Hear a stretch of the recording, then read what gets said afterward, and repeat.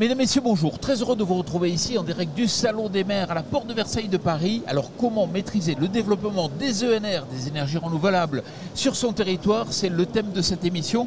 Et pour en parler, j'ai le plaisir d'accueillir Gilles Reynaud. Bonjour Gilles. Bonjour.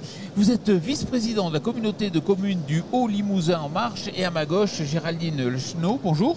Bonjour. Vous êtes directrice du développement des Noé. Voilà. Alors, j'ai une première question. Déjà, il faudrait un peu caractériser votre région. Alors, nous, le Comcom du Haut-Limousin en marche se situe dans le nord de la Haute-Vienne, nord de la Nouvelle-Aquitaine.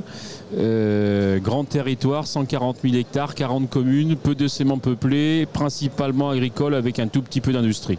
Sur le plan économique, ça donne? Sur le plan économique, plutôt une région avec, et un territoire avec pas beaucoup d'habitants qui sont imposables à l'impôt sur le revenu, donc plutôt pauvre. D'accord. Si vous avez souhaité vous engager justement sur les ENR, pourquoi? Quelle était la logique au départ? Alors, ça fait une vingtaine d'années maintenant que il y a certains élus du territoire et des habitants qui se préoccupent et qui s'engagent sur ce sujet-là. On a commencé par l'éolien comme tout le monde et on a arrêté le développement de l'éolien. L'objectif, c'était à peu près d'avoir une centaine de machines à l'échelle des 40 communes, ce qui est déjà un bel effort. Et la préoccupation au départ, elle était de deux ordres. Philosophique pour, accompagner et engendrer les mouvements de transformation, et puis aussi un petit peu en tant qu'élu, un peu plus terre à terre avec les aspects financiers et retombées fiscales. D'où l'idée donc du projet. Géraldine, quels sont les chiffres clés justement de ce projet agrivoltaïque qui vous implique? Alors aujourd'hui, les projets aujourd'hui, c'est 9 projets, on va dire, une dizaine de projets même agrivoltaïques qui sont en développement sur le territoire de la communauté de communes. On parle aussi de l'installation de 5 jeunes agriculteurs. On a aussi des exploitants existants avec qui on travaillait pour une puissance installée d'environ 200 MW visés à terme et la possibilité d'installer même des postes sources relais pour pouvoir évacuer l'électricité. Il y a des enjeux d'installation, des enjeux humains? Alors oui, on a vraiment deux principaux enjeux. On a un enjeu d'acceptabilité locale, évidemment, à la fois auprès des populations, parce que l'outil agrivoltaïque est quand même un outil un peu récent. Les gens ne connaissent pas vraiment. Il y a des chiffres qui sont pas encore tout à fait portés, avec des rumeurs qu'on peut entendre. Donc en fait, il faut un peu débunker un peu tout ça, de manière à ce que l'acceptabilité se fasse. Et il y a aussi une acceptabilité auprès des services administratifs, des chambres d'agriculture, pour leur faire comprendre l'intérêt de tous ces projets agrivoltaïsme pour les agriculteurs. Et le deuxième enjeu, excusez-moi, c'est le partage de la valeur. Les projets en fait doivent pouvoir bénéficier à l'ensemble du territoire. Alors vous étiez dans une vraie logique de planification des ENR.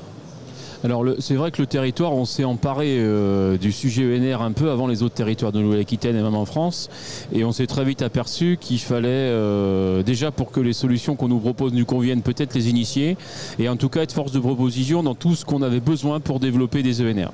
Donc ce qui fait que on s'est structuré à peu près depuis 4-5 ans au niveau de la communauté de communes pour avoir des élus engagés, des élus référents et un service et des agents qui sont à nos côtés pour dire ok, on accueille, ok, on est volontariste à hauteur d'à peu près 1 giga d'agrivoltaïque sur le territoire, ce qui est quand même beaucoup, mais par contre ça sera comme on le souhaite. Alors à l'époque, la définition d'agrivoltaïque n'existait pas, on était sur des projets PV au sol qui devaient être compatibles avec l'agriculture. Nous on a toujours fait le choix dès le départ, même quand c'était pas inscrit comme ça dans la loi, de dire ça sera pas ou de l'agriculture ou de l'énergie, ça sera et de l'agriculture et de l'énergie.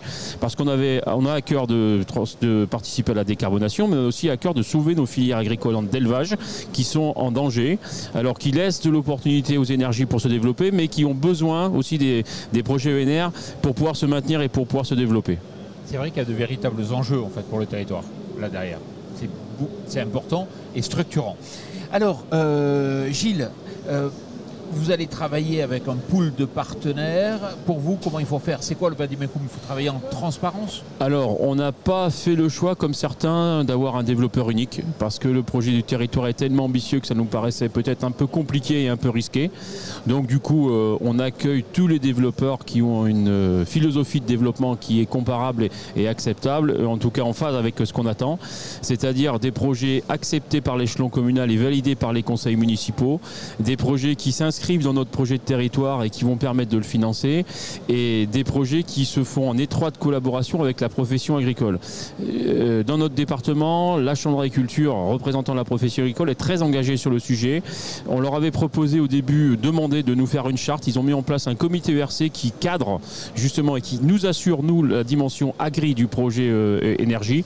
Et donc, quand on a coché toutes les cases, en principe, ça se passe bien.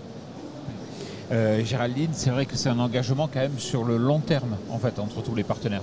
Exactement, et puis on a une communauté de communes qui est très engagée aussi, qui suit les projets, qui sait tout à fait ce qu'est le photovoltaïque et l'agrivoltaïsme. Donc en fait rapidement on a décidé de mettre en place un comité de suivi trimestriel de manière à ce que l'ensemble des projets soit vu et partagé avec la communauté de communes. Donc on se voit aujourd'hui tous les trimestres pour partager les études, les choses positives, les choses négatives. On va partager aussi les actions locales à faire ensemble, à mettre en place, et aussi rendez-vous politique. Mais on n'est pas que à ce stade de la communauté de communes. On est également engagé au niveau du lycée agricole, au CFPPA. On travaille également, on a répondu à des appels à projets pour des prototypes par rapport à la région Nouvelle-Aquitaine. Donc on est vraiment présent sur l'ensemble du territoire. Toute dernière question, vous avez dévoilé dans le cadre du Salon des maires un fonds de dotation pour les territoires. C'est un outil qui est intéressant, adapté à ce genre de situation?